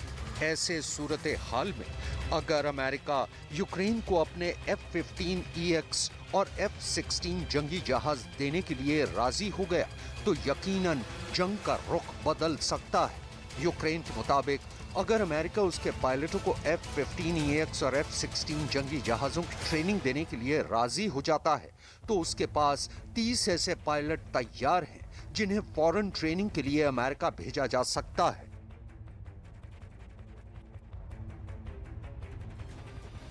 इस बीच चेचन लड़ाकों की तरफ से एक वीडियो जारी किया गया जिसमें डॉनबास के एक इलाके में कादिरफ के लड़ाके यूक्रेन की सेना पर ताबड़तोड़ हमले करते दिखे। यूक्रेन के पूर्वी हिस्से डॉनबास पर कब्जा करने के लिए रूस ने अपनी पूरी ताकत झोंक दी है ताकि किसी भी सूरत में डॉनबास को यूक्रेन से अलग किया जा सके और इस काम में चेचन लड़ाके भी पुतिन की सेना के साथ हैं। इस बीच कादिरफ के लड़ाकों ने एक वीडियो जारी किया जिसमें उसके लड़ाके यूक्रेन की सेना पर कहर बनकर टूटते दिखे। वीडियो में कादिरफ का एक लड़ाका लॉन्चर से रॉकेट दागता नजर आया। जैसे ही रॉकेट दागा गया वहां धुएं का गुबार छा गया। वीडियो के एक दूसरे हिस्से में चेचन लड़ाके ज़ेलेंस्की की सेना पर गोलियों की बरसात करते दिखे। इस दौरान वहां यूक्रेन का एक सैनिक जमीन पर गिरा नजर आया। इसी तरह के एक दूसरे वीडियो में भी कादिरफ के लड़ाके दुश्मन पर रॉकेट दागते और गोलियों की बारिश करते दिखाई दिए। वीडियो के आखिर में कादिरफ के लड़ाके एक मकान से यूक्रेन के सैनिकों पर हमले करते नजर आए। इस बीच यूक्रेन की सेना की तरफ से एक वीडियो जारी किया गया जिसमें उसके सैनिक रूस के सैन्य ठिकानों को मिसाइल दागकर तबाह करते दिखाई दिए। यूक्रेन का दावा है कि इस हमले में रूस को काफी नुकसान उठाना पड़ा और उसके कई सैनिकों की मौत भी हो गई। जो वीडियो सामने आया उसमें एक इमारत में जोरदार धमाका होता दिखाई दिया। देखकर ऐसा लगा जैसे उस पर आसमान से मिसाइल से हमला किया गया हो। यूक्रेन के इस हमले में इमारत के परखच्चे उड़ गए। धमाके के बाद वहां धूल और धुएं का गुबार छा गया। यूक्रेन का दावा है कि जिस इमारत को मिसाइल से निशाना बनाया गया वो रूस का सैन्य ठिकाना था। हालांकि यूक्रेन ने ये नहीं बताया कि उसकी सेना ने किस इलाके में रूस के सैन्य ठिकाने को उड़ा दिया। इसी तरह का एक और वीडियो यूक्रेन की तरफ से जारी किया गया जिसमें ज़ेलेंस्की की सेना आसमान से बम बरसाकर रूस के टैंकों को ध्वस्त करती दिखी। चीन में अचानक आई बाढ़ के चलते 12 लोगों की मौत हो गई। हजारों लोगों को सुरक्षित स्थान पर पहुंचाया गया। सिचुआन प्रांत में मूसलाधार बारिश के कारण अचानक आई बाढ़ में कम से कम 6 लोगों की मौत हुई है और 12 लोग लापता हैं। सिचुआन प्रांत में शनिवार को लगभग 1300 लोगों को सुरक्षित स्थानों पर भेजा गया। चीन की सरकारी मीडिया के मुताबिक गैंसू के उत्तर पश्चिमी प्रांत के लोंगगैन शहर में 6 और लोगों की मौत हुई। वहीं बाढ़ में फंसे करीब 3000 लोगों को सुरक्षित स्थानों पर पहुँचाया गया। इस बीच सैलाब गुजर जाने के बाद सड़कों पर कीचड़ नजर आया जिसे साफ करने में कर्मचारियों को खासी मशक्कत करनी पड़ी। बड़ी खबर संसद के मॉनसून सत्र को लेकर। संसद का मॉनसून सत्र आज से शुरू हो रहा है। ये सत्र 12 अगस्त तक चलेगा। संसद के मॉनसून सत्र के हंगामेदार होने के पूरे आसार है। कांग्रेस ईडी के कथित दुरुपयोग, महंगाई, बेरोजगारी और अग्निवीर जैसे तमाम अहम मुद्दों को लेकर सरकार को घेर सकती है। संसद का मॉनसून सत्र इसलिए भी खास रहने वाला है क्योंकि 18 जुलाई यानी आज ही राष्ट्रपति चुनाव के लिए मतदान है। मॉनसून सत्र में 18 जुलाई से 12 अगस्त के बीच कुल 17 कार्य दिवस पड़ रहे हैं। इस सत्र में सरकार कई विधेयकों को सदन में पेश कर सकती है। देश विरोधी गतिविधियों में शामिल होने के आरोपी पीएफआई से जुड़े नुरुद्दीन जंगी की गिरफ्तारी के विरोध में बिहार के दरभंगा में बड़ा प्रदर्शन किया गया। कल दरभंगा की सड़कों पर लोग बैनर पोस्टर लेकर निकले। कई लोगों ने हाथ में पीएफआई के झंडे, बैनर, पोस्टर लेकर मार्च निकाला और जमकर नारेबाजी की। नुरुद्दीन जंगी की गिरफ्तारी का विरोध कर रहे लोगों के मुताबिक पीएफआई कोई आतंकवादी संगठन नहीं है और नुरुद्दीन जंगी को साजिश के तहत फंसाया जा रहा है। तो पटना में विरोध किया गया। दरभंगा में पीएफआई के सदस्यों ने प्रदर्शन किया। उनका कहना यह है कि नुरुद्दीन जंगी को साजिश के तहत फंसाया गया है। वो ये भी कह रहे हैं कि पीएफआई कोई आतंकी संगठन नहीं है।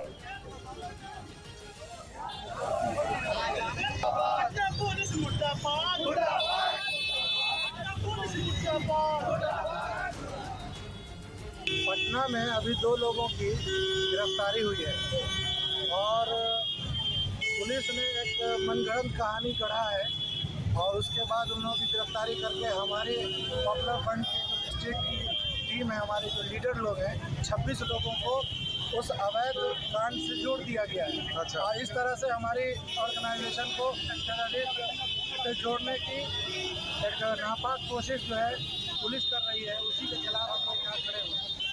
अच्छा, आपको क्या हमारे लोगों को रिहा किया जाए और उन पर जितने भी बेबुनियाद इल्जामात लगाए गए हैं फौरन वापस लिया जाए।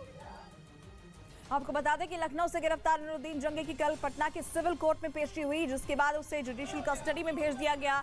पटना पुलिस के अधिकारियों के मुताबिक नुरुद्दीन जंगी को पुलिस रिमांड पर लेने के लिए पटना पुलिस एक बार फिर न्यायालय में आवेदन देगी। इधर इस मामले में पहले से ही गिरफ्तार किए गए अतहर और अरमान मलिक से पटना पुलिस की SIT लगातार पूछताछ कर रही है। राजस्थान में कन्हैया लाल की हत्या के बाद अलग अलग जिलों में सोशल मीडिया पर धमकियों का दौर जारी है। आपको बता दें कि भीलवाड़ा से लेकर कोटा और जयपुर तक धमकियां दी गई हैं। भीलवाड़ा में नारायण लाल गुर्जर के फेसबुक पोस्ट पर महफूज मंसूरी नाम के युवक ने आपत्तिजनक कमेंट किया, जिसमें लिखा हुआ था कि एक गर्दन कटने के बाद भी शांत नहीं बैठोगे। इस धमकी के बाद नारायण की तरफ से मुकदमा दर्ज करा दिया गया है। तो वहीं कोटा में एक कपड़े के व्यापारी को अज्ञात लोगों ने कई बार कॉल किया और उदयपुर के कन्हैया लाल की तरह जान से मारने की धमकी दी। तो उधर जयपुर में नाबालिग हिंदू लड़की से जबरन शादी करने की धमकी का मामला सामने आया है। शादी नहीं करने पर उदयपुर जैसी गर्दन काटने की धमकी देने का भी आरोप लगा है। बिहार में कांवड़ यात्रा पर IB ने आतंकी हमले का अलर्ट जारी किया है। बड़ी खबर आपको बता दें, कांवड़ यात्रियों की सुरक्षा के लिए 6000 जवानों को तैनात किया गया है। सावन में भारी तादाद में शिव भक्त बिहार के अलग अलग जिलों से कांवड़ लेने जाते हैं और देवघर में बैद्यनाथ धाम में जल चढ़ाते हैं, लेकिन इस पर आतंकी साया मंडरा रहा है। IB की तरफ से आतंकी अटैक का अलर्ट जारी किया गया है, जिसके बाद सुरक्षा कड़ी कर दी गई है। सुरक्षा में 6000 जवानों को तैनात किया गया है। चीन ताइवान से दूर रूस में आजकल हलचल बहुत है। रूस में व्लादिमीर पुतिन के नाम के आगे से प्रेसिडेंट शब्द हटाकर एक नया ओहदा देने की तैयारी हो रही है। व्लादिमीर पुतिन के लिए इस साजिश की वजह भी एक और व्लादिमीर ही है। हैरत की बात यह है कि इस व्लादिमीर के पुतिन भी बहुत बड़े फैन रहे हैं। ये व्लादिमीर इतना ताकतवर माना गया कि उससे पहले से यूक्रेन युद्ध के बारे में सब कुछ मालूम था और यही वजह है कि अब कहा जा रहा है कि यूक्रेन युद्ध में तीसरा व्लादिमीर उतर गया है।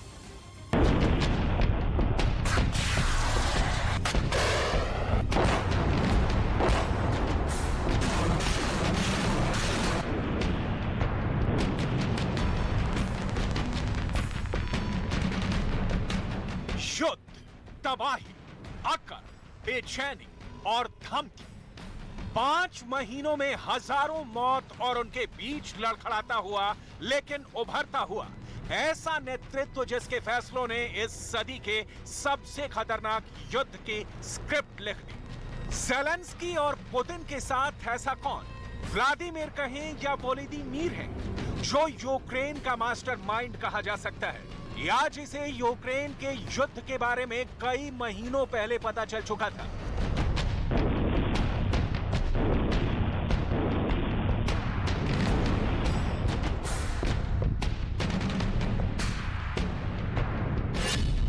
क्या इसे यूक्रेन के युद्ध में तीसरे व्लादिमीर की एंट्री कही जाए, जो बहुत बड़ी मिस्ट्री बन चुका है। व्लादिमीर पुतिन और वोलोदिमीर ज़ेलेंस्की के अलावा यूक्रेन की जंग में तीसरा व्लादिमीर कौन है, जिसे सब कुछ पता था? आखिर वो व्लादिमीर है या वोलोदिमीर? उसे क्या पुकारा जाता है?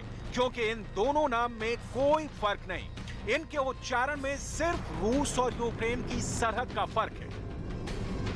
अब सवाल है कि यूक्रेन के युद्ध के बारे में व्लादिमीर पुतिन और वोलोदिमीर ज़ेलेंस्की के अलावा तीसरा व्लादिमीर कौन था, जो सब कुछ जानता था, जिसे पता था कि युद्ध कब होगा और 2022 दूसरे विश्व युद्ध के बाद यूरोप के इतिहास में सबसे ज्यादा खून खराबे वाला साल बन जाएगा।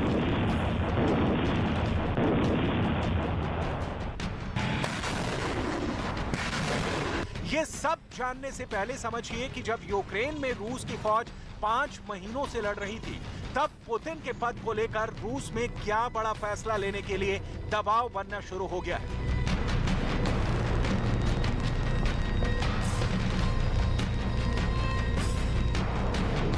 क्रेमलिन में पुतिन के सबसे कट्टर सहयोगी चाहते हैं कि अब पुतिन को प्रेसिडेंट ना कहा जाए, क्योंकि ये शब्द पश्चिम की देन है।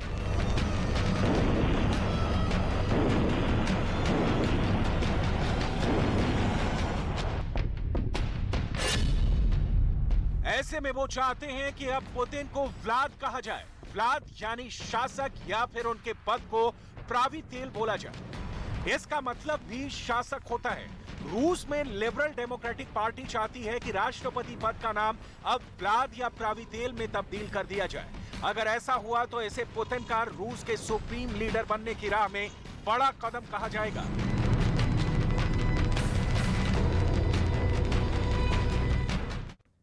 पश्चिमी मीडिया में पुतिन को लेकर लगातार कयासों का दौर चलता रहता है। अब पश्चिमी मीडिया में चर्चा है कि रूस पुतिन की इमेज को लगातार नए नए नाम दे रहा है ताकि उनकी इमेज को सुधारा जा सके।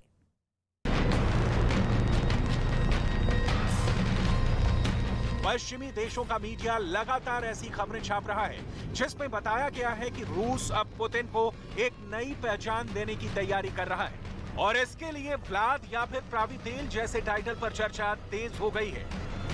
देखा जाए तो यूक्रेन में नेटो और अमेरिका से अदृश्य जंग के बीच रूस में पश्चिम के खिलाफ एक नई मुहिम शुरू हो चुकी है। रूस की पॉलिटिक्स में अब पश्चिमी नाम, पश्चिमी ब्रांड और पश्चिमी उत्पादों के खिलाफ एक पब्लिक मूड सेट किया जा रहा है और इसके बीचों बीच व्लादिमीर पुतिन के और मजबूत होने के सिग्नल मिलने लगे हैं।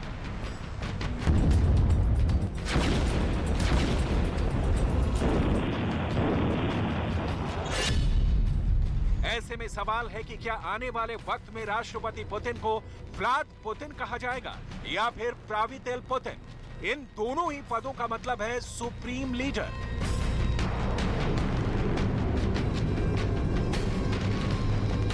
यूक्रेन की जंग ने पुतिन को बहुत ताकतवर बना दिया है, इसमें कोई शक नहीं। यूक्रेन पर पुतिन जितनी मिसाइलें दाग रहे हैं, वो जितने रॉकेट बरसा रहे हैं, उनकी फौज भी जितने बड़े इलाके को अपने कब्जे में लेती जा रही है, उतना ही नाम पुतिन का हो रहा है।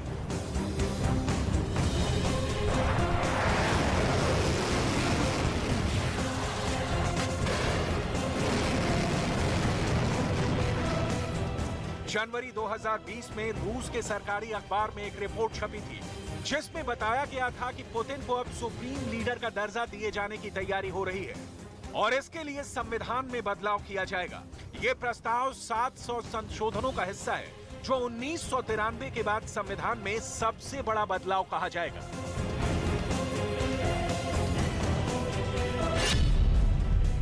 लेकिन इसके पीछे पुतिन नहीं बल्कि एक तीसरा व्लादिमीर है जिसे मास्टरमाइंड कहा जा रहा है और अब आपको इस व्लादिमीर के बारे में बहुत गौर से समझना चाहिए। अब आपको बताते हैं कि वो तीसरा व्लादिमीर आखिर है कौन, जिसके आगे व्लादिमीर पुतिन और व्लादिमीर ज़ेलेंस्की कहीं नहीं ठहरते। वो है व्लादिमीर ज़िरोनोवस्की जो पुतिन का कट्टर समर्थक है। यूक्रेन की तबाही में, यूक्रेन पर हो रहे हर हमले में, यूक्रेन को लेकर हो रहे हर बड़े फैसले में ये तीसरा व्लादिमीर वो शख्स है जिसकी साजिश के आगे व्लादिमीर पुतिन और वोलोदिमीर ज़ेलेंस्की भी कम आंके जाएंगे।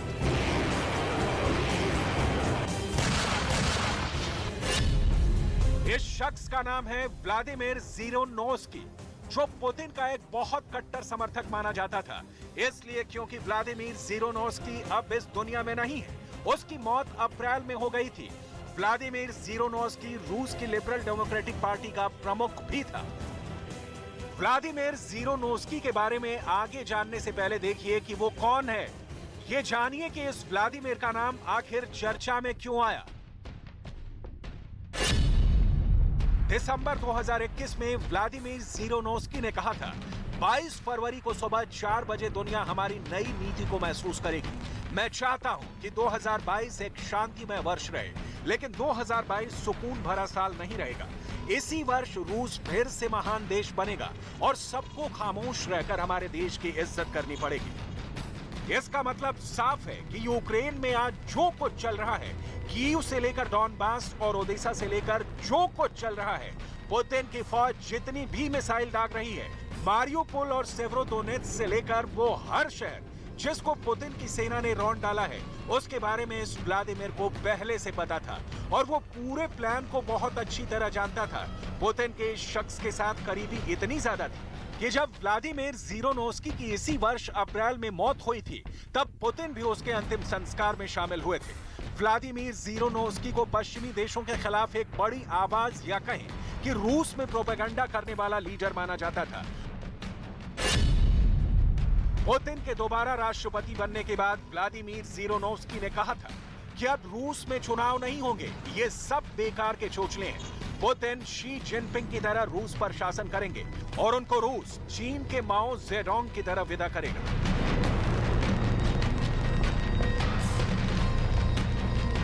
इन तमाम प्रोपेगेंडा का फायदा जाहिर है कि पुतिन को ही हुआ। यूक्रेन में चल रही भीषण जंग और लगातार तबाह हो रहे ज़ेलेंस्की के शहर, इन तमाम तस्वीरों के बीच व्लादिमीर ज़िरोनोस्की की पार्टी चाहती है कि पुतिन का दर्जा राष्ट्रपति से बुलंद करके सुप्रीम लीडर का कर दिया जाए। नेटो और अमेरिका पहले से ही रूस से परेशान है। वो पुतिन के अहंकार को इस युद्ध की सबसे बड़ी वजह बताते हैं, लेकिन रूस की अंदरूनी राजनीति में पुतिन के लिए बड़ी तैयारी चल रही है। रूस में लिबरल डेमोक्रेटिक पार्टी के पास अभी 22 सीटें हैं। ये 450 सीट वाली रूस की संसद में बहुत छोटा सा हिस्सा है, लेकिन ये पार्टी चाहती है कि पुतिन को व्लाद या फिर प्रावितिल कहकर पुकारा जाए।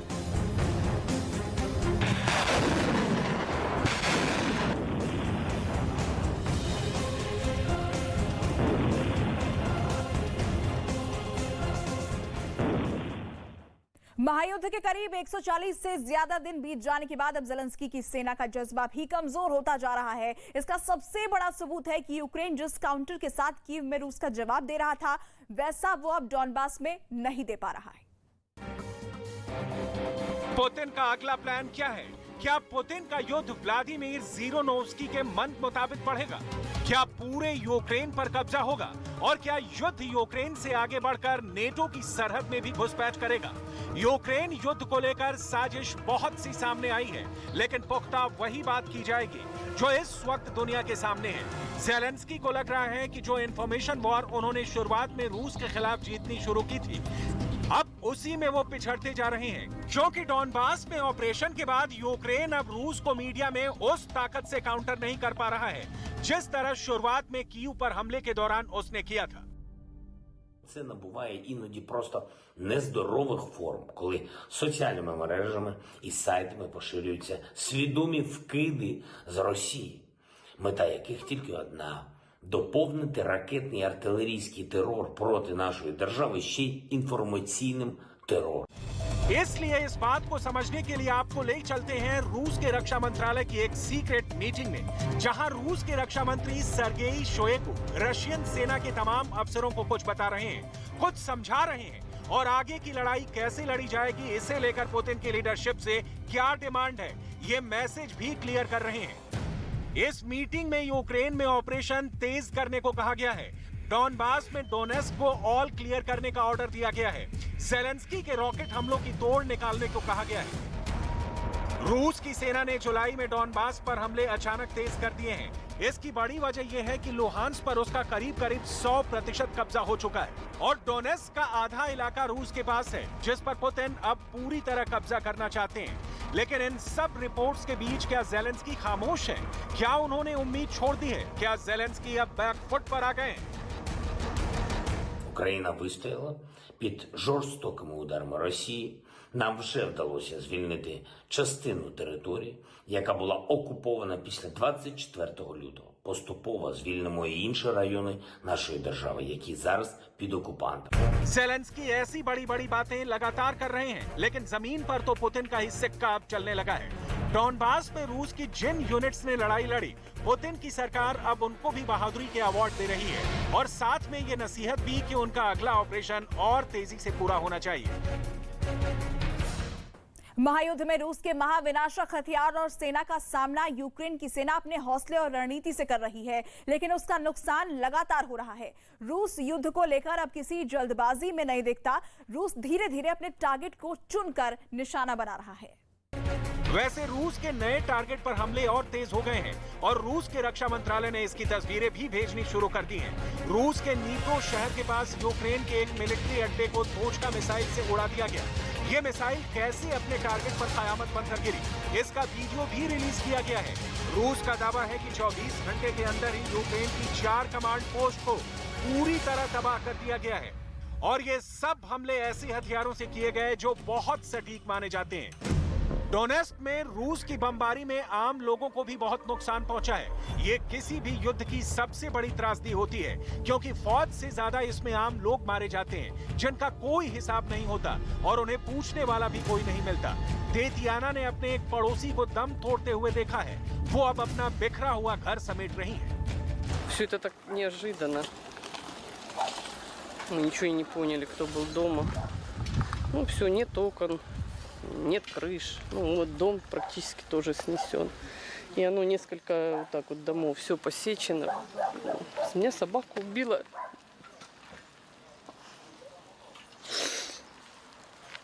Вторую ранила. У свекрухи тоже прям в будке. Ее прям на фарш. Тут выхожу, соседка сидит. Я думала, ей плохо стало. Ее вообще просто.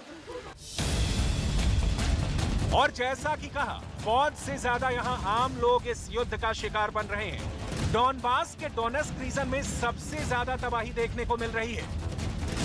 За еду тоже страшно подумать, що будемо сидіти голодні. Якщо не буде світу, води, газу, то я не знаю взагалі, як ми будемо виживати. Що ждати від нашого государства, не знаю. І як кажуть, одна надіжда на Бога.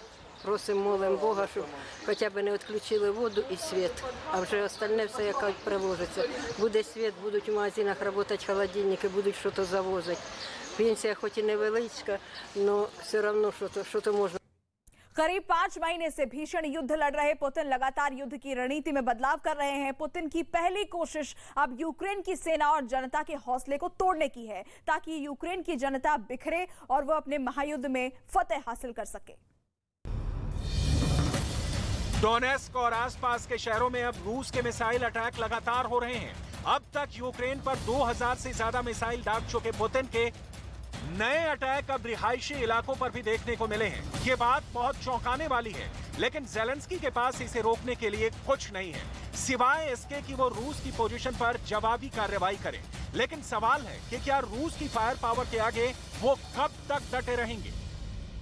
Після обстрілу, коли зникло світло, до нас поступило дві людини легкої ступені тяжесті і один чоловік, який потребував оперативного втручання. Також лікарі одягали ліхтарі, включали ми лампи і робили операцію.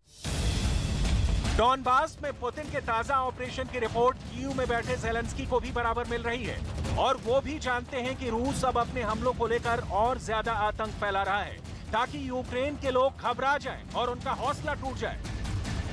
Людей сьогодні налякав фейк про масовий російський ракетний удар по Україні. Після усього, що відбувалось попередні тижні, після Дніпра, Вінниці, Часового Яру,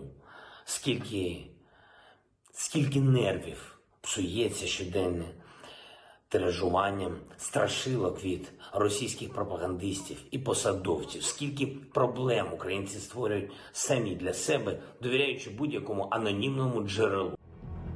ज़ेलेंस्की की अब पूरी आस अमेरिका और बाकी नेटो देशों से है, जिनसे वो लगातार हथियार की डिमांड कर रहे हैं।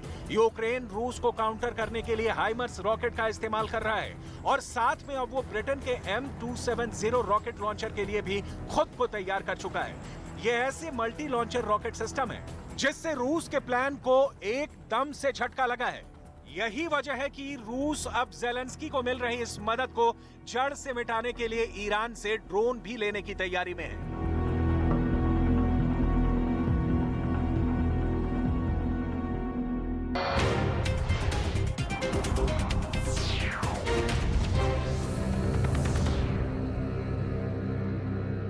दो 2018 में अमेरिका ने ईरान पर जो प्रतिबंध लगाए थे, उसके बाद अमेरिका ने ईरान से तेल मंगवाना बंद कर दिया था। लेकिन यूक्रेन जंग के बाद सब कुछ बदल चुका है।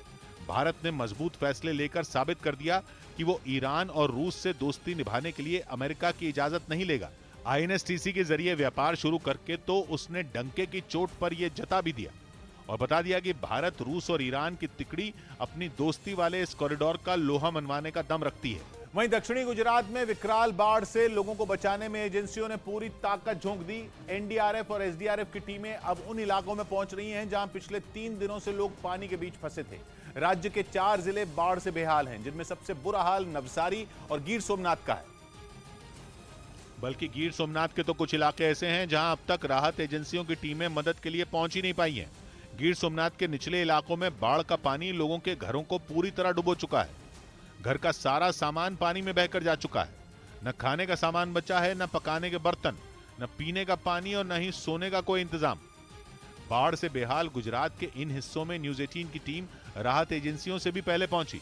जल संकट देखिए कि किस तरीके से लोगों को ले डूबा है। आप देखिए कहां तक पानी यहाँ पर नजर आ रहा है। ये देखिए गिर सोमनाथ के इन इलाकों में सिर्फ रास्तों पर पानी नहीं भरा, बल्कि पानी में पूरी जिंदगी डूबी हुई है। पानी से निकलने के लिए लोग अपने कच्चे मकानों की छतों पर ही बैठ सकते हैं। ये इलाके 3 दिन से पानी में डूबे हैं। अचानक नदियों का पानी इस इलाके में तब दाखिल हुआ जब लोग सो रहे थे। ये पूरा जो इनका बिस्तर है देखिए पानी में डूब चुका है। सामान देखिए कि कैसे ड्रम के ऊपर रखा गया है, बर्तनों को कैसे बांध के रखा गया है। गिर के इन गांवों का शहर से संपर्क टूटा हुआ है, इसलिए यहाँ मदद का पहुंचना भी मुश्किल हो चुका है। लेकिन ये अकेला ऐसा गांव नहीं है जहां लोगों के लिए बाढ़ आफत बनी हुई हो, बल्कि ऐसे कई गांव हैं जहां कई फीट तक पानी जमा हुआ है। लोगों की जिंदगी पर पूरी तरह ब्रेक लग चुका है और राहत के लिए लोगों को केवल बारिश रुकने का इंतजार है। गिर सोमनाथ के फासरिया नाम के गांव को बाकी शहर से जोड़ने वाली सड़क ठप हो चुकी है। सड़क पर इतना पानी है कि मोटरसाइकिल की सीट तक पानी में डूबी दिखने लगी। जरूरी काम की वजह से लोगों को इस पानी में भी उतरने का जोखिम उठाना पड़ता है, लेकिन एक बार जो पानी में उतर जाए वो आसानी से निकल नहीं पाता। ये टेम्पू जो है यहाँ पर फंस गया है।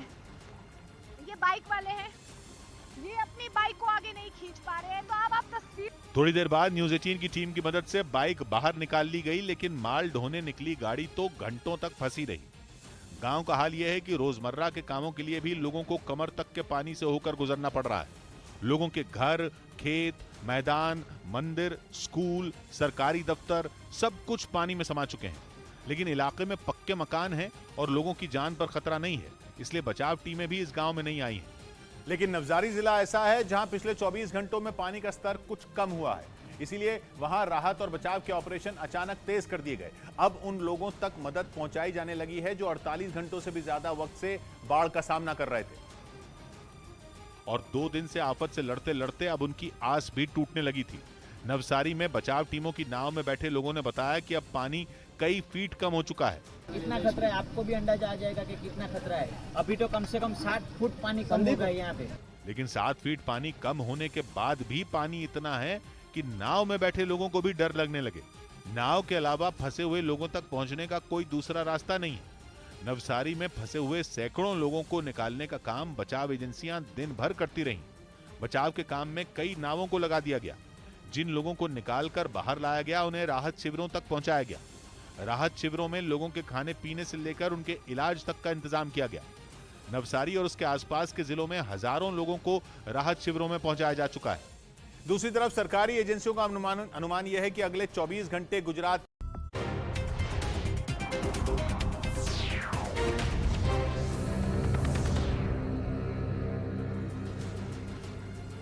ओडिशा, छत्तीसगढ़ और मध्य प्रदेश में भारी बारिश ने भयंकर तबाही मचाई है। ओडिशा के गजपति जिले में आसमान से बरस रही आफत का असर देखने को मिला, जहां कई इलाकों में लगातार हो रही बारिश से बाढ़ जैसे हालात बन गए। तो वहीं मध्य प्रदेश के बैतूल में सैलाब में एक युवक फंस गया, जबकि छत्तीसगढ़ के कवर्धा में बर्बादी की बारिश हुई। अलग अलग राज्यों की तस्वीरें जहां पर पानी की वजह से कोहराम मचा हुआ है।